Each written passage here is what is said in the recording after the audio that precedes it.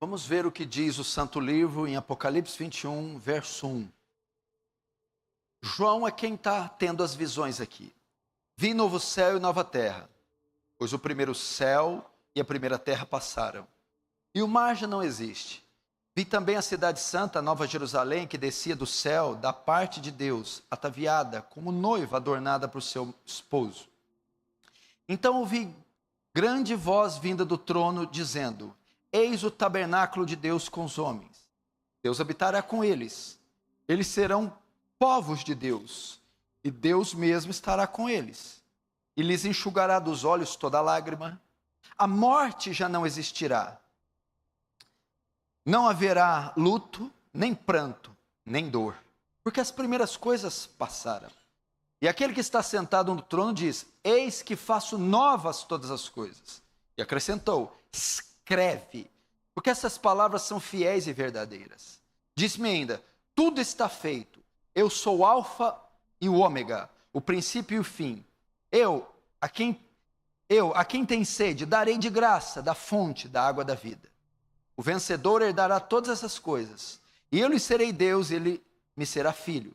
Quanto, porém, aos covardes, aos incrédulos, aos abomináveis, aos assassinos, aos impuros, aos feiticeiros, aos idólatras, e a todos os mentirosos, a parte que lhes cabe será no lago que arde como fogo e enxofre, a saber, a segunda morte.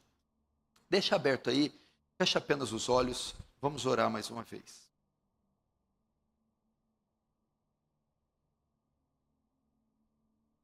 Pai Santo, a Ti o louvor, a glória, a honra e o poder.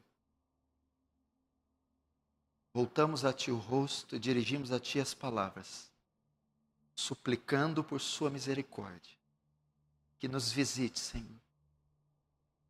Pai, a presença do Senhor já está sobre nós. Contudo, queremos a presença favorável, manifestada. E eu peço, manifesta ela aqui, poderosamente. Despeja da graça abundante, gloriosa. Que o perfume de Cristo tome toda essa congregação. Que mentes e corações que estão cansados, distraídos, irreverentes, se tornem para Ti em total reverência, temor e tremor. Fala, Senhor, poderosamente essa noite. Faz Teu reino avançado. Receba a glória para si. E de alguma maneira nos conforma a imagem do Seu Filho, em nome de Jesus. Amém.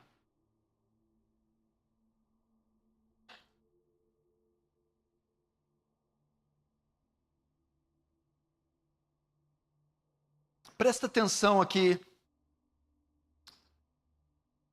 no que nós vamos falar. Eu falei recentemente a vocês sobre o inferno, a doutrina do inferno. O que é o inferno? Essa noite eu quero falar o lado oposto da moeda. Quero falar um pouco sobre o céu. Algumas coisas que você precisa aprender sobre o céu. Que lugar é esse que os redimidos irão habitar? Aonde é este lugar que os vencedores, que aqueles que creram no Cordeiro, passarão? Que lugar é esse onde o tempo não mais conta, onde não há mais fim, chamado de eternidade? Nós precisamos aprender sobre o céu. E um dos motivos é porque a nossa geração, ela se tornou tão terrena, ao ponto de se esquecer da doutrina do céu. Esquecer que tem um céu, um lugar superior a esse, onde habitaremos para sempre. Parece que os nossos olhos, quando mais tempo passa, mais voltados para essa terra, para as coisas materiais, temporais, passageiras, ele fica. Talvez não é diferente com você. Você está aqui mas ansioso para que o culto termine, para resolver as suas pendências materiais, temporais, passageiras. Que a Bíblia diz que a traça corrói, come, a ferrugem corrói e o ladrão rouba e escava. Mas eu quero pedir para você ter um pouquinho de paciência hoje, não olhar no relógio, e pelo menos essa hora que vai se seguir, meditar comigo na eternidade, meditar comigo no céu. Depois até você pode voltar para as temporalidades fúteis da sua vida. O céu deveria marcar nós, porque Paulo, escrevendo aos Colossenses, diz: já que estáis mortos com Cristo e com Ele ressuscitastes, buscai as coisas de cima onde Cristo está, e não as da terra. Pensai nas coisas do alto. Paulo recomenda aos Colossenses a pensar no céu, a ter a cabeça na eternidade, a aspirar pela vida eterna, a pensar no glorioso dia do encontro com Deus. Ainda que o corpo e os pés estejam na terra, ainda que trabalhemos e vivemos numa sociedade física, nossa mente, o nosso coração, nossas aspirações, que significam desejos, devem estar constantemente colocadas na redenção, na ressurreição, no arrebatamento, na segunda vinda de Cristo. Por que devemos pensar no céu? Porque a Bíblia diz que nós somos forasteiros. O que é um forasteiro? O forasteiro é um indivíduo estranho, à pátria que ele está. Forasteiro é aquele que não está no seu ambiente, no seu habitat natural. Somos forasteiros, não somos daqui. Essa não é a nossa terra. A Bíblia, ela designa o crente, ela chama o crente de forasteiro. Você não é como esse povo. Não nasceu daqui, nasceu do alto. Não nasceu para viver aqui, nasceu para viver no céu. Você não tem nada a ver com essa política, essa cultura caída, essa filosofia. Você é incomum a esse mundo. A Bíblia também chama você de peregrino. O que é peregrino? É alguém que só está de passagem. É alguém que peregrina, viaja. É alguém que caminha uma jornada, mas que fora da pátria dele, buscando a pátria dele, esperando a pátria dele. Somos esses forasteiros, esses peregrinos. Por essa razão, pensamos no céu. Hebreus capítulo 13 diz: nós não temos aqui cidade permanente, mas buscamos uma futura, cujo artífice, o construtor, é Deus. Não temos aqui cidade permanente, não somos daqui. Por essa razão, não juntamos tesouros aqui. Por essa razão, não pensamos nas coisas daqui. Por essa razão, não aspiramos grandes coisas aqui. Não temos aqui cidade permanente. Buscamos a futura. Igreja, o céu é nosso lar, o céu é o seu lar, é isso que você deve esperar ansiosamente, ardentemente. João vai dizer aos seus discípulos, aquele que tem nele essa esperança, qual a esperança? Da sua volta, do arrebatamento, do céu. Purifica-se a si mesmo, como é puro ele é. Meu irmão, pensar no céu, desejar o céu, implica na nossa santificação. Porque pessoas são carnais? Porque caem em pecado? Porque desistiram de uma vida de oração? Por causa de deixar de esperar o céu. Quem tem a esperança do céu, quem espera pela volta de Jesus, quem espera pelo arrebatamento, quem quer ir para o céu, santifica-se, purifica-se, foge do pecado. Quem espera pelo céu tem uma vida piedosa. Se é verdade que não há ressurreição, comamos e bebamos, porque amanhã morreremos. Olha, se não tem ressurreição, se Jesus não vai voltar, se não existe céu, então comem, então bebam, então gastem dinheiro, então se afundem no prazer. Mas se há ressurreição, se há a volta de Jesus, se há o céu, então há piedade. Porque se esperarmos em Cristo somente nessa vida, somos os mais miseráveis de todos os homens, disse Paulo em 1 Coríntios 15, 19. Quem espera pelo céu tem uma vida piedosa, vela em oração, vigia para não cair em tentação, santifica-se. Quem espera para a volta de Jesus, prega o Evangelho. Prega o Evangelho. A Bíblia diz para Timóteo: Timóteo, insta, quer oportuno, quer não, exorta, repreende, redargue, porque virá o tempo que não suportarão a sã doutrina, mas tendo comichão no ouvido, amontoarão para si doutores segundo as suas próprias concupiscências. Quem tem em mente a eternidade, prega o Evangelho. Quem tem em mente o céu, prega o Evangelho. Por quê? A Bíblia diz: o diabo desceu cheio de cólera sobre vós, sabendo que pouco tempo lhe resta. Pouco tempo lhe resta, então ele vai fazer o quê? Oprimir, atacar, combater o máximo de pessoas possível. Nós também, aquele que tem a mente no céu sabe que pouco tempo resta. Agora, não seria essa a razão de não estarmos interessados na pregação do Evangelho, nem na santificação, nem na piedade? Não seria essa a razão de nós estamos preocupados com o evangelismo? Ter uma vida focada na terra. Humanos, por demais, esperando demais aqui, sonhos, realizações. A maioria não tem nem idade mais para sonho, meu filho. O que está te esperando é a cova, meu filho. Acorda. Por que você está tão envolvido com isso? Agora aquele que aspira pelo céu, meu irmão, ele diz como Jonathan Edwards: ó Deus, grave eternidade nos meus olhos. Grave eternidade nos meus olhos.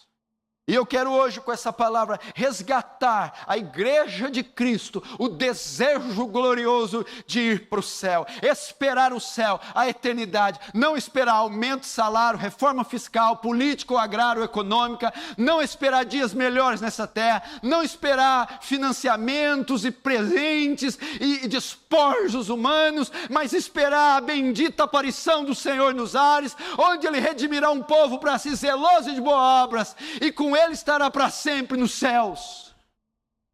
Um povo que diz: Maranata, ora vem Senhor Jesus, vem buscar a igreja. Meu irmão, vamos voltar a ter prazer pelo céu, prazer pelo arrebatamento, prazer pela eternidade, prazer pela vida eterna, e deixar um pouco os brinquedos de lado, as concupiscências. E é interessante, irmãos, que a Bíblia vai dizer, Jesus, que próximo à volta dele, as pessoas não estariam esperando por ele. A Bíblia diz que a volta do filho e há de ser que na volta do Filho do Homem será como nos dias de Noé. Próximo à volta de Jesus, as pessoas iriam estar assim, como alguns de vocês. Comiam, bebiam, compravam, vendiam, casavam-se e davam-se em casamento. O que Jesus diz? Próximo à volta dele, as pessoas seriam tomadas de indiferença. Elas seriam materialistas. Elas seriam egoístas. Quando fala comida e bebida, seriam entregues às glutonarias. Jejum ia ser uma palavra praticamente extinta. Pessoas iriam endeusar a comida, os deleites, os manjares, iriam se empanturrar das iguarias. Comprava e vendia. As pessoas interessadas em lucros, em comércios, em benefícios, nos seus títulos, nos seus diplomas. Casavam-se e davam-se casamento. As pessoas estariam envolvidas em paixões, em lascívias, em cobiças, em casamentos, divórcios, segundo casamentos. Seria esse o retrato da volta de Jesus. Mas eu estou aqui como um profeta para dizer a você: Jesus Cristo vem, Jesus Cristo voltará, e Ele buscará o seu povo, e o seu povo não é daqui, o seu povo não nasceu daqui, o seu povo não ficará aqui, a morada do seu povo é no céu, e é para lá que nós iremos.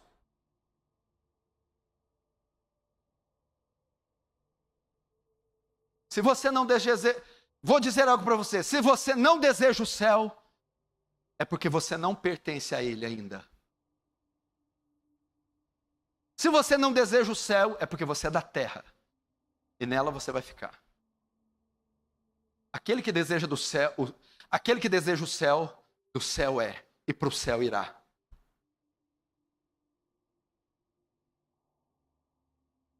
O céu. Para entendermos o céu, o que nós temos que entender? Nós temos que entender um pouco a história da redenção. Para você entender o que são céus e nova terra, você precisa entender a história da redenção. Deus cria os céus, a terra e o universo com exímia perfeição. Está lá em Gênesis, nos primeiros capítulos. Gênesis 1 e 2. Não é isso? E cria a coroa da sua criação, o homem, a sua imagem e semelhança. Adão. Mas acontece que Adão peca. Quando Adão peca, o que acontece? A criação se corrompe e vai para o estado de perdição e juízo. Não é isso? O homem peca. Romanos 3:23 diz que todos pecaram, destituídos da glória de Deus estão, e o salário do pecado é a morte. Romanos 3:23. O homem passa a morrer. Deus então vem e ele elabora o plano de redenção do homem, enviando o seu filho, ok? Mas vejam só, quando o homem peca, não é só ele que recebe a sentença. O homem peca e morre. E Deus fala para ele que do suor do rosto dele ele comerás, e para a mulher com dores dará à luz. Mas a Bíblia diz que ele também amaldiçoa a terra. Maldita será a terra por tua causa. A terra foi amaldiçoada, os animais foram amaldiçoados, o homem foi amaldiçoado, o cosmos inteiro foi amaldiçoado. Romanos vai dizer que essa terra está sob servidão, o cativeiro da corrupção.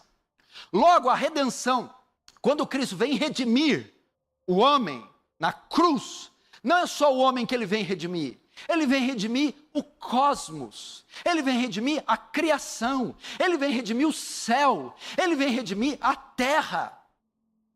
Então, para nós entendermos o que são novos céus e nova terra, nós vamos para a redenção, onde Cristo na sua volta redimirá o povo dele, redimirá o céu, onde foi manchado pelo pecado de Lúcifer, e redimirá a terra que foi amaldiçoada pelo pecado do homem. Se você entender a redenção, então você vai entender que nesse processo, Deus está redimindo também, não só o coração do homem, como a criação que ficou sujeita à escravidão do pecado. Nós temos algumas citações do céu no Antigo Testamento. E uma das mais claras está no livro de Isaías, onde ele faz menção do céu, como o céu era visto pelo judeu do Antigo Testamento. Eu vou ler rapidamente, você não precisa abrir. Isaías 65:17, ele usa figuras simbólicas para designar o céu. Veja só. Pois eis que crio novos céus e nova terra. Notem, toda vez que vai se falar dos céus, também se fala de terra. Novos céus e nova terra. E eu vou te explicar no decorrer da mensagem o que vai ser dessa terra depois da volta de Jesus. Muitos têm dúvida, pastor, nós vamos morar só no céu e essa terra será destruída? Vamos ficar só nessa terra e não haverá céu? Ou vai haver a união dos dois? Essa terra tem alguma participação no céu? Essa terra tem alguma participação na vida eterna? Esse mundo aqui tem alguma participação na eternidade? Toda vez que a Bíblia fala de céu, sempre fala acompanhado de terra. Novos céus e nova terra. Por que ambos tiveram que fazer-se novos? A terra eu entendo, nova terra, porque o pecado corrompeu ela. E os céus?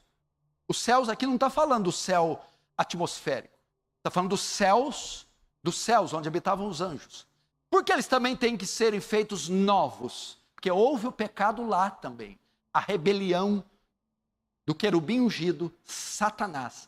Então o céu também terá que ser redimido, juntamente com a terra. Mas a primeira aparição do céu é Isaías 65:17. Deus diz algo aqui. Pois eis que crio novos céus e nova terra. Não haverá lembranças das coisas passadas. Jamais haverá memória delas. A primeira menção que Deus faz aqui dos céus é que haverá uma nova criação, é que haverá um novo lugar, um novo céu e nova terra. E diz que as lembranças das coisas passadas não haverão, e jamais haverá memória delas. O que Deus está dizendo aqui é que essa terra de pecado será esquecida. Essa era corrupta, cheia de dor, morte, solidão, tristeza, pecado, passará e não haverá mais menção, não haverá mais memória. Essa terra de pecado será esquecida, essa era de pecado ficará no esquecimento e será apagada da história e da nossa mente. Verso 18 ainda, Isaías 65, mas vós folgareis, vós quem? Os remidos, os salvos. Vós folgareis e exultareis perpetuamente no que crio. Opa, vós, quem é? A igreja redimida. Vocês folgareis e exultareis. O que é isso? Alegria, gozo, regozijo. Quanto? Perpetuamente. O céu é um lugar de descanso e de alegria eternas. Eis que folgarei e exultarei perpetuamente no que crio. O que ele cria? Novos céus e nova terra, lugar de descanso e alegrias eternas. Porque eis que crio para Jerusalém alegria e para o seu povo regozijo. Jerusalém, igreja do Antigo Testamento.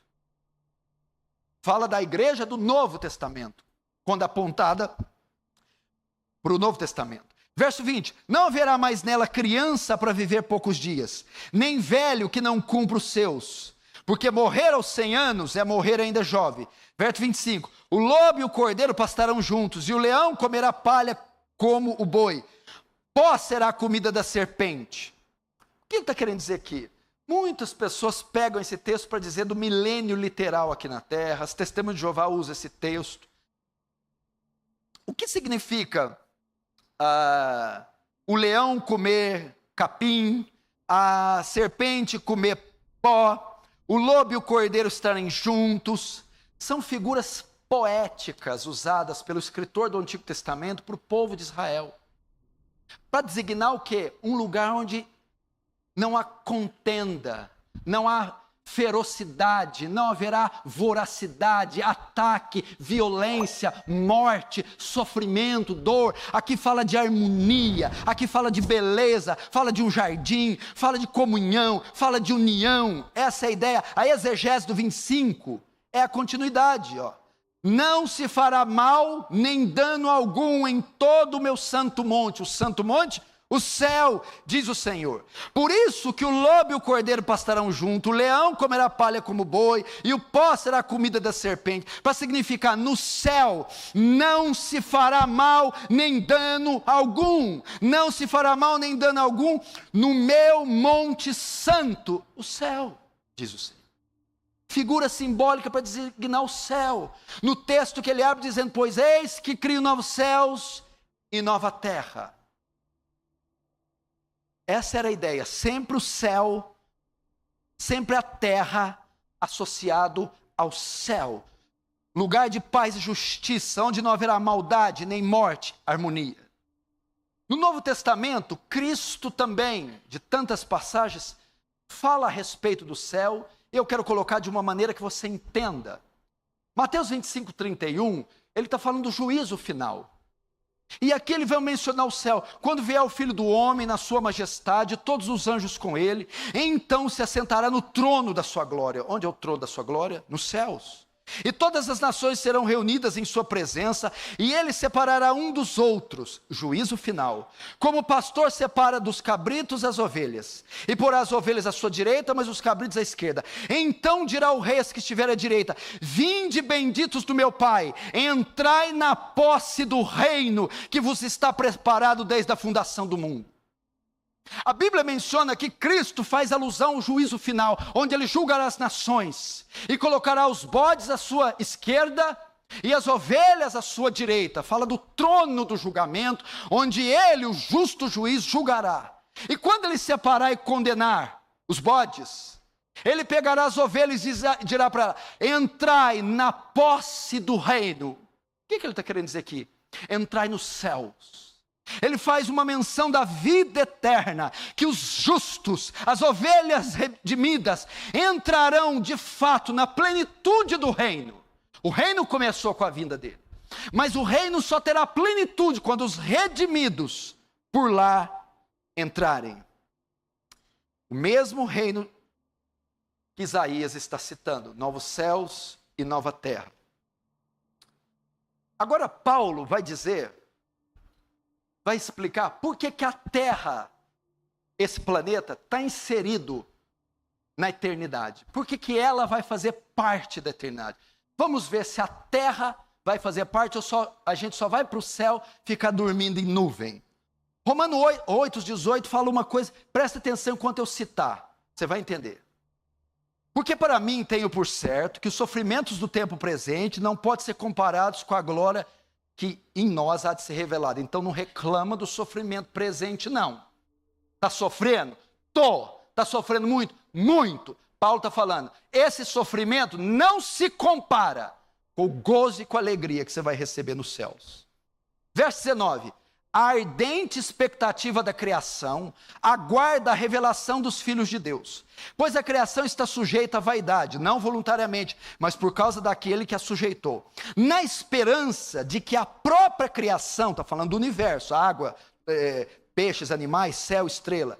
Na esperança que a própria criação será redimida do cativeiro da corrupção para a liberdade da glória dos filhos de Deus. Porque sabemos que toda a criação a um só tempo geme e suporta angústias até agora. E não somente ela, mas nós que temos as primícias do Espírito, igualmente gememos em nosso íntimo, aguardando a adoção de filhos, a saber, a redenção do nosso corpo. Primeiro, presta atenção, Paulo mostra a condição da criação. Qual é a condição do cosmos, a condição do Oceano Atlântico, Pacífico e Índico, da floresta amazônica, dos pássaros, beija-flores, das savanas africanas? Qual é a condição? A Bíblia diz que ela sofre, ela geme. Porque, verso 22, porque sabemos que toda a criação a um só tempo geme.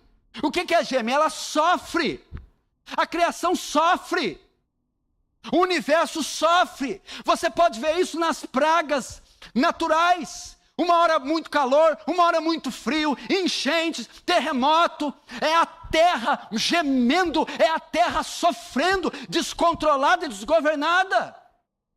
Pode ver isso, incêndios, seca, chuvas, enchentes, furacões, tormentas, pragas, pestes nas lavouras. Essa é a condição da criação do cosmos, da terra. Ela geme, ela sofre e ela suporta angústias até agora. Por quê? Por que ela sofre? Verso 20. Pois a criação está sujeita à vaidade, sujeita ao cativeiro, não voluntariamente. Não foi culpa dela. O beija-flor, o pardal, a andorinha, o leão, o tigre, não tem culpa disso. Mas por causa daquele que a sujeitou. Quem fez isso? O pecado de Adão. A queda de Adão, ela sofre por causa da queda, ela sofre por causa do adultério, do vício, do crime. Os beija-flores, os pássaros, o sol, a lua, as palmeiras, os coqueiros, as rosas, elas contemplam todo dia a maldade do homem, o assassinato, o estupro, o aborto, a corrupção. Eles são testemunhas e eles sofrem, gemem. Gemem porque Deus, ao Adão desobedecer no Éden, disse: maldita será a terra, o cosmos, a criação, por sua causa. Por isso ela está gemendo. Mas geme por quê? Portanto, a terra aguarda a sua redenção. A terra também será redimida. O cosmos será redimido. As galáxias, o universo, os corpos celestes, os oceanos, os peixes, os animais, os vegetais serão redimidos. E elas gemem esperando a redenção. Só que elas esperam a redenção da igreja, dos salvos. Por quê? Porque só depois que a igreja for redimida ela será redimida. Olha só, ela aguarda ansiosamente a redenção do nosso corpo. Versos 19, 21 e 23. Olha, a ardente expectativa da criação, a ardente expectativa que é, ela arde de desejo por algo. Do que a criação arde de desejo? Ela aguarda a revelação dos filhos de Deus. Ela aguarda a igreja. Ela espera pela igreja, mas espera o quê? Verso 21, na esperança de que a própria criação será redimida do cativeiro da corrupção.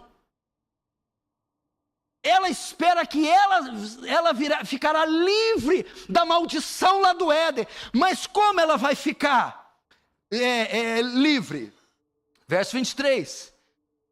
Não somente ela, mas nós que temos as primícias do Espírito, igualmente gememos no íntimo. Nós, a igreja, aguarda a adoção de filhos e a redenção do nosso corpo. A criação espera ser livre do cativeiro para a liberdade da glória dos filhos de Deus. A ardente expectativa da criação aguarda a revelação dos filhos de Deus. O que é isso? Presta atenção. Esta terra aqui é inapropriada para a igreja. Esta terra aqui é inapropriada para um corpo incorruptível, para um corpo ressuscitado. Ela é inapropriada. Então, para que a igreja habite aqui, deve haver a redenção dessa terra. E a terra que almeja ser redimida, espera ansiosamente a igreja primeiro ser redimida. Quando a igreja for redimida, a manifestação dos filhos de Deus, a redenção do corpo, a liberdade da glória dos filhos de Deus, então a terra também será redimida. Agora por que a terra vai ser redimida? Por que ela vai ser redimida? Significa que elas voltarão ao estado perfeito. Para que ela vai ser redimida? Porque vai habitar alguém aqui. E quem vai habitar? Um povo redimido só habita num lugar redimido. Então, se a terra vai ser redimida, ela vai receber um povo redimido. Quem é o povo redimido? Eu e você. Isso mostra que a terra participará do céu. Esta terra participará da nossa redenção. Ela fará parte dos novos céus. Por isso, ela será redimida, restaurada, renovada. E ela aguarda isso todo santo dia. E ela sofre e geme como uma mulher que está para dar luz, esperando nós sermos redimidos, para ela ficar livre do cativeiro e nós habitarmos nela. Isso mostra que céus e terra fazem parte da redenção. Veja só, agora, Deus vai restaurar essa terra ou vai aniquilar ela? Muitos dizem, na primeira vez, Deus destruiu o mundo com água. Na segunda, Deus vai destruir com fogo. De certa forma está certo. Primeiro foram as águas do dilúvio. Depois será o fogo do seu juízo. Mas e aí? Deus vai destruir 100% as estrelas, o sol, o oceano Atlântico e Índico, os continentes, vão ser pulverizados, vou usar um termo melhor, serão aniquilados, serão reduzidos a nada, e Deus fará outro totalmente novo, ou Deus vai pegar essa maquete caída e vai refazê-la? A carta de Pedro nos dá a resposta, se Deus vai usar essa aqui do zero e fazer outra, ou vai ser a partir dela? 2 Pedro 3,10 diz assim, não precisa abrir, olha aqui, eu quero que você preste atenção. Você só tem um processamento mental, você não consegue ler e ouvir, ou ler ou ouve. 2 Pedro 3,10, escute, virá entretanto Jesus como ladrão, o dia do Senhor, no qual os céus passarão como estrepitoso estrondo, um barulho muito alto, anunciará a volta dele. E os elementos se desfarão abrasados. Elementos, o que é elementos? As montanhas, os corpos celestes, as cidades, se desfarão, se derreterão com fogo. Isso quer dizer, se desfarão abrasados. Esta criação sofrerá o fogo da ira. essa criação, esse mundo se derreterá. Os elementos se desfarão abrasados com fogo. Também a terra e as obras que nela existem serão atingidas. Toda a criação será atingida por fogo. Visto que todas essas coisas hão de ser assim, desfeitas, deveis, sabendo disso, ser tais como os que vivem em santo procedimento e em piedade. Aqui, ó, outra menção. Quem espera por essas coisas, vive uma vida santa e piedosa. Verso 12, esperando e apressando a vinda do dia de Deus, por causa do qual os céus incendiados se desfarão, até os céus, e os elementos abrasados derreterão. Nós, porém, a igreja, segundo sua promessa, esperamos novos céus e nova terra, nos quais habita a justiça. O que a Bíblia diz que vai acontecer com isso aqui? Será consumida pelo fogo. Há duas escolas. A primeira ensina que Deus vai queimar tudo, vai destruir tudo.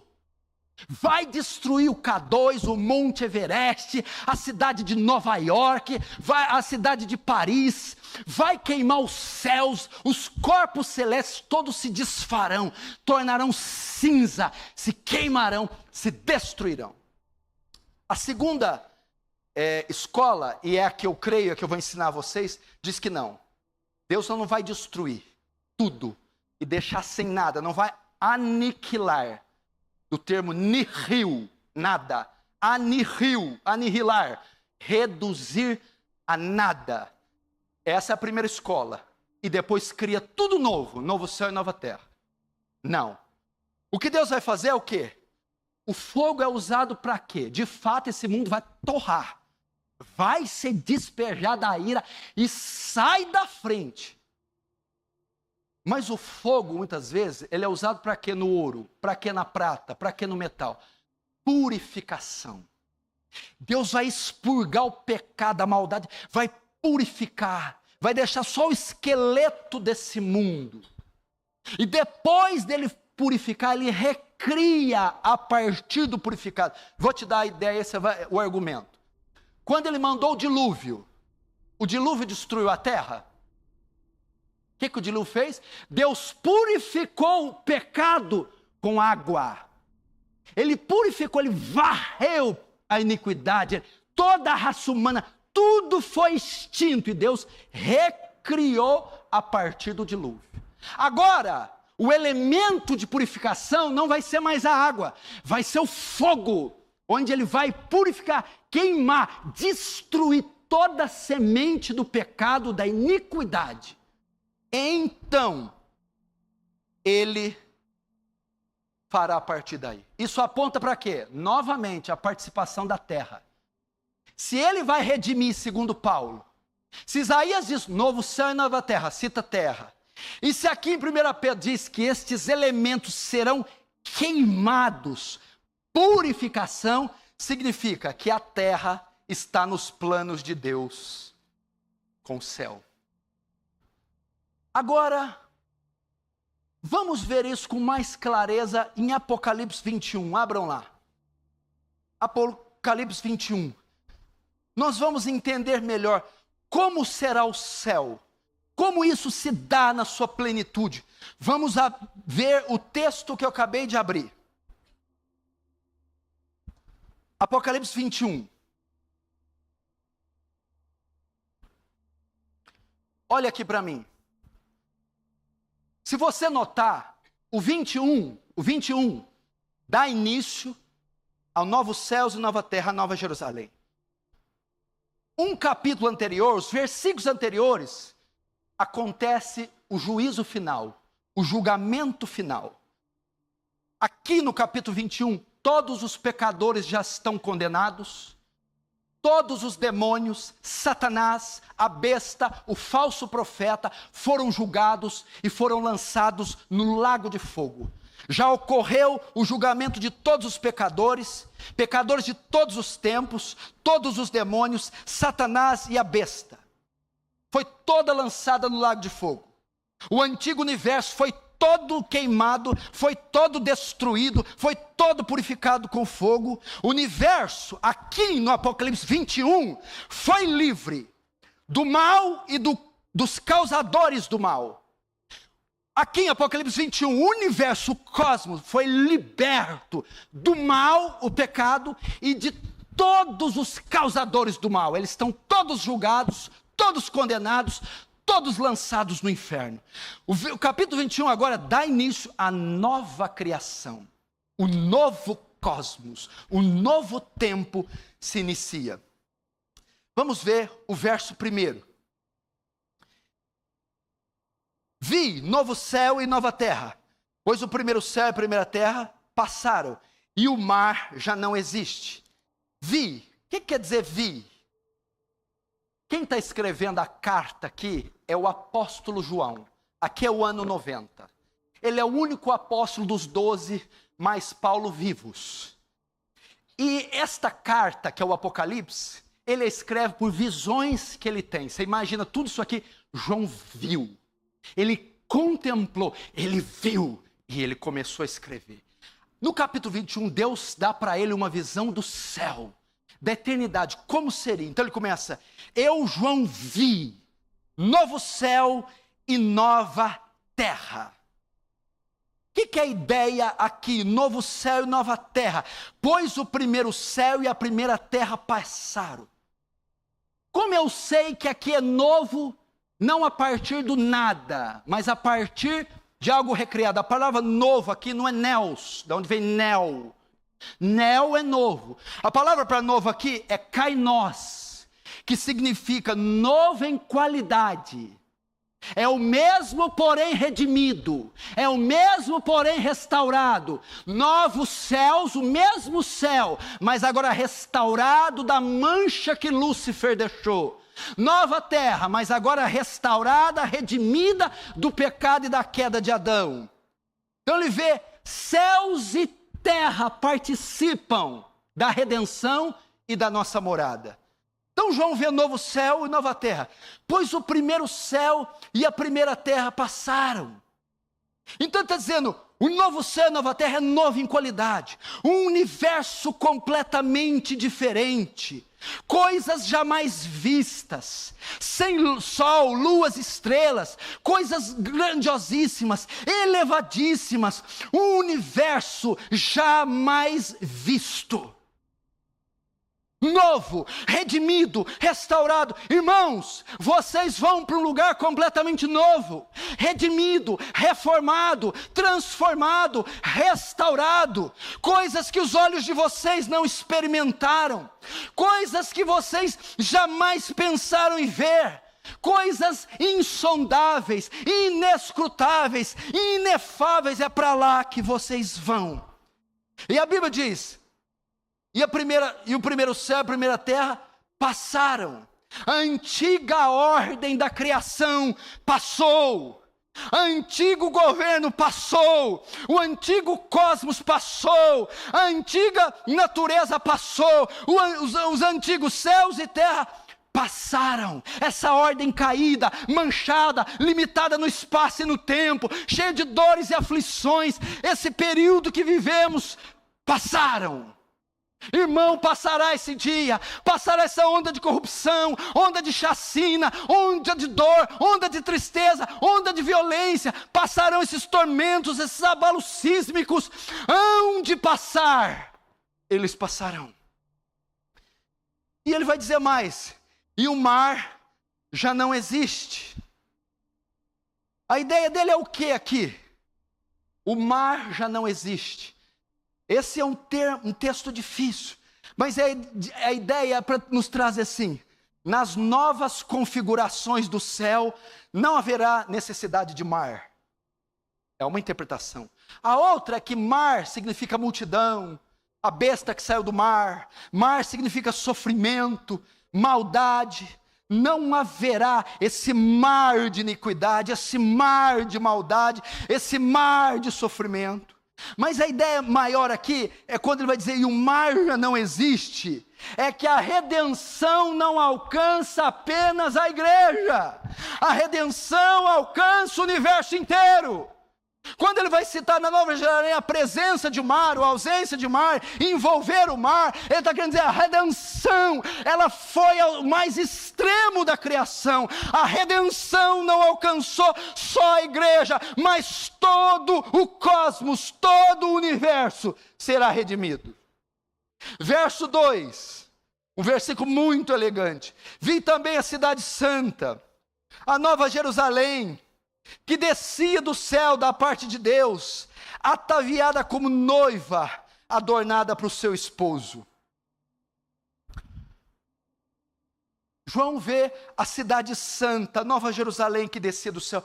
Que cidade é essa? Ele vê uma cidade santa. E ela vê que ela descia do céu da parte de Deus. O que é isso? Não pode ser uma cidade de pedras.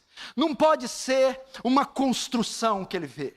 A Bíblia diz que faz muito tempo que Deus não faz uso de habitações. No ano 70, quando o imperador Tito, o imperador Vespasiano, destrói com seu filho Tito o templo, ali se desfaz a ordem levítica, e Deus nunca mais habita em tabernáculos, em tendas, nem nada. Ele habita nos homens, ele habita com os homens. João está vendo aqui a igreja, é a Jerusalém, e Deus descendo com ela, e ela desce ataviada como noiva, adornada para o seu esposo. Qual que é a ideia aqui? Agora que a terra está redimida, porque a terra como está é inapropriada para corpos glorificados, é inapropriada para redimidos, é inapropriada para santos. Agora que a terra foi redimida do cativeiro, agora que a terra está restaurada, a igreja então desce para se unir céu e terra.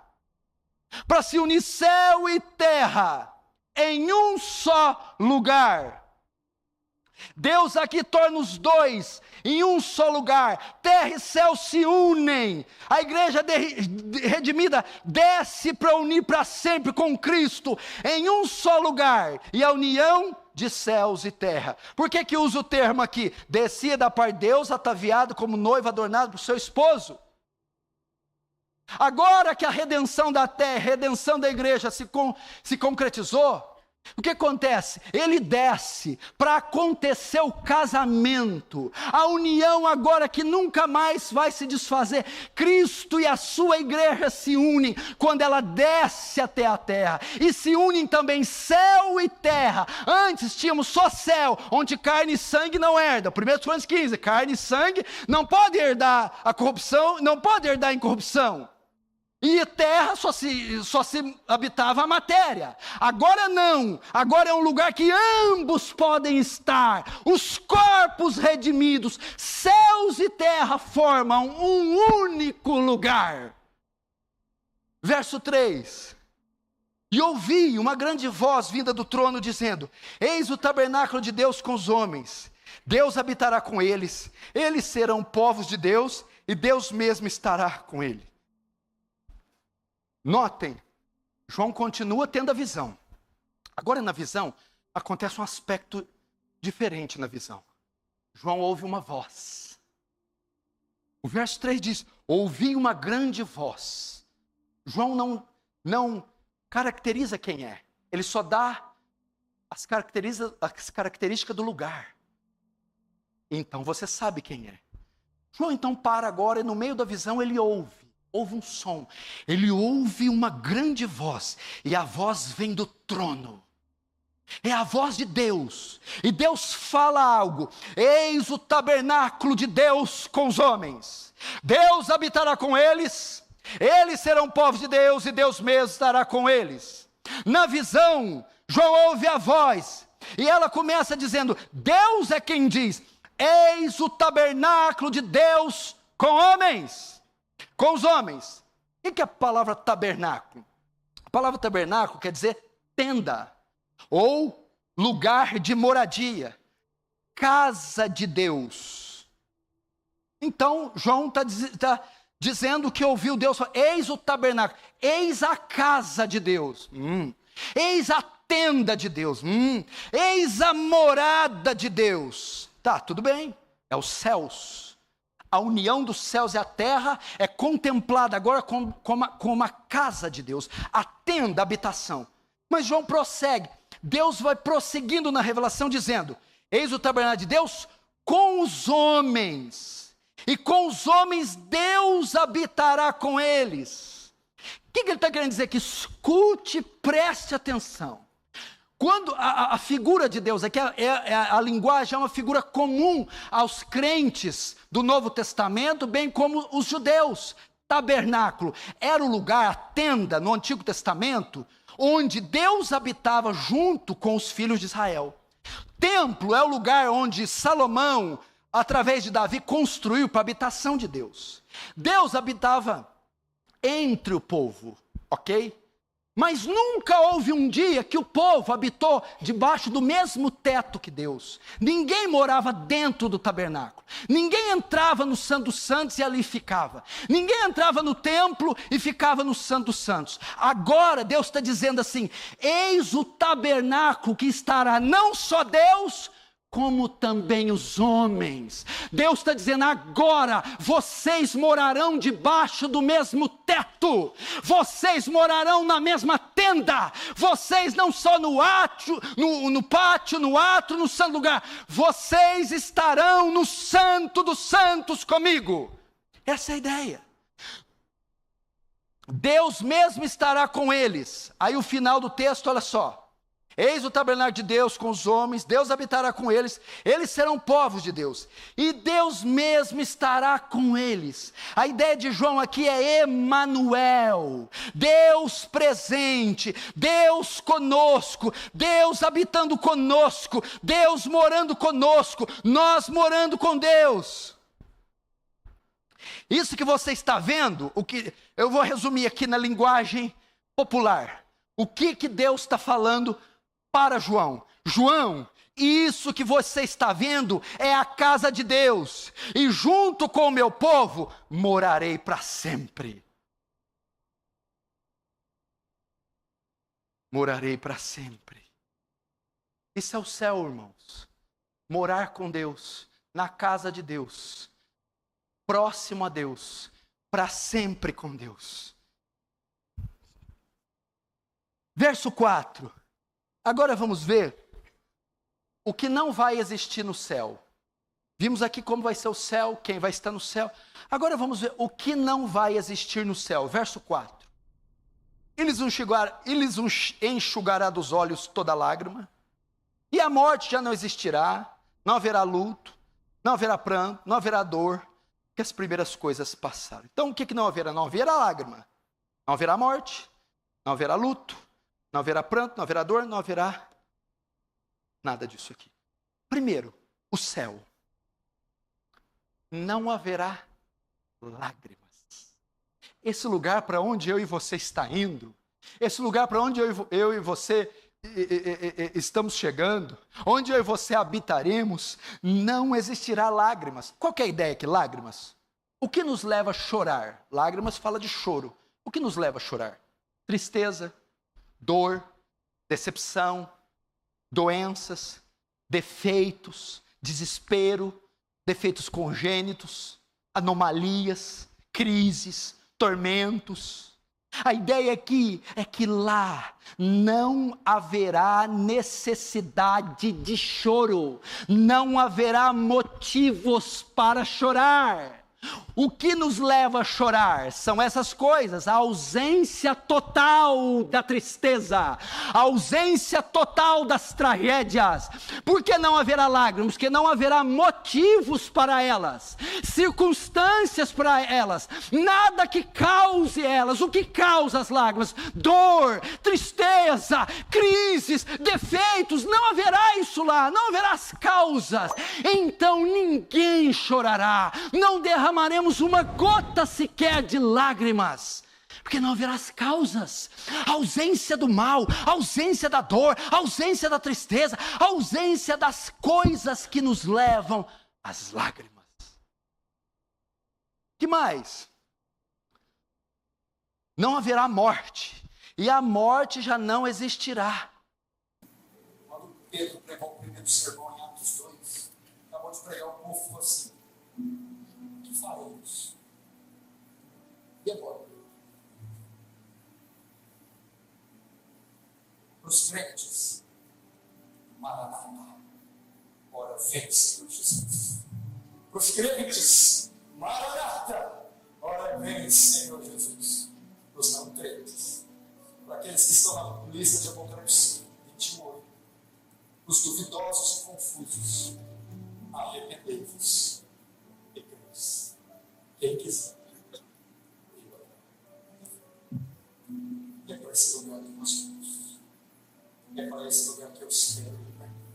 E é para esse lugar que eu espero